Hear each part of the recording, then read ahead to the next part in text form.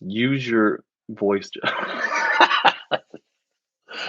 Sandra, don't encourage my children to mess up my recording.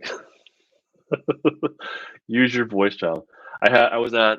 I finally got to see like my relatives after a year and a half. My brothers and my aunts and uncles, and my nieces and nephews. It had been like a year and a half, and I finally got to see them. We got together for my nanny. She turned 100. This was 2 weeks ago. She turned 100. She so nanny turned 100, and we all got together, and it was a great time. But my son, he came with me. I think my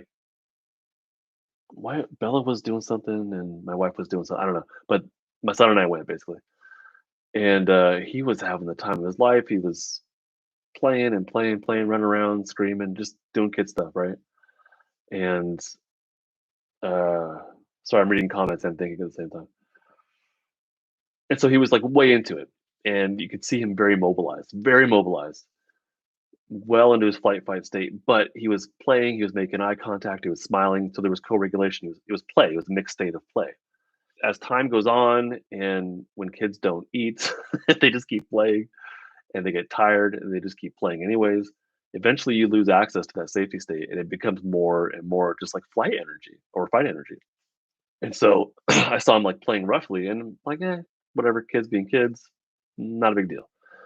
And then he was started like pounding on his uncle's back, and I'm like, we're getting a little bit. This might be too much. And then all of a sudden he goes, wham, and hits my brother, his uncle, over the head.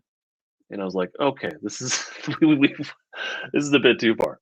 Like I could see it in his face and his eyes, like he was just too far into that flight fight energy. And so I was like, dude, come on, like I pulled him aside, took him out of that space, sat down with him, was like, hey, take a deep breath, let's slow down. Wasn't judgmental, wasn't shameful, wasn't a timeout, just hey, we gotta pull it back a little bit. And I was like, that's too much.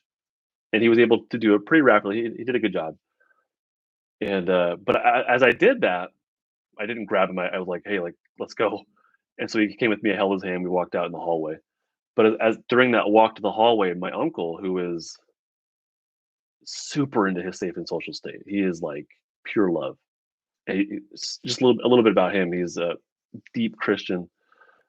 His wife, incredible woman, very involved in their church. She died of she had some kind of cancer. She was battling it for a long, long, long, long time. My aunt, amazing woman, and she eventually passed away a couple of years ago. That was the last time I saw my family was at her funeral.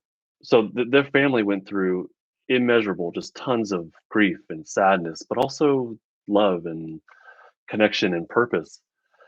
So anyhow, just a little bit about him because he's like pure love. He loves his family, and you feel it. Like he's one of those people you feel it from, and his hugs are just the best.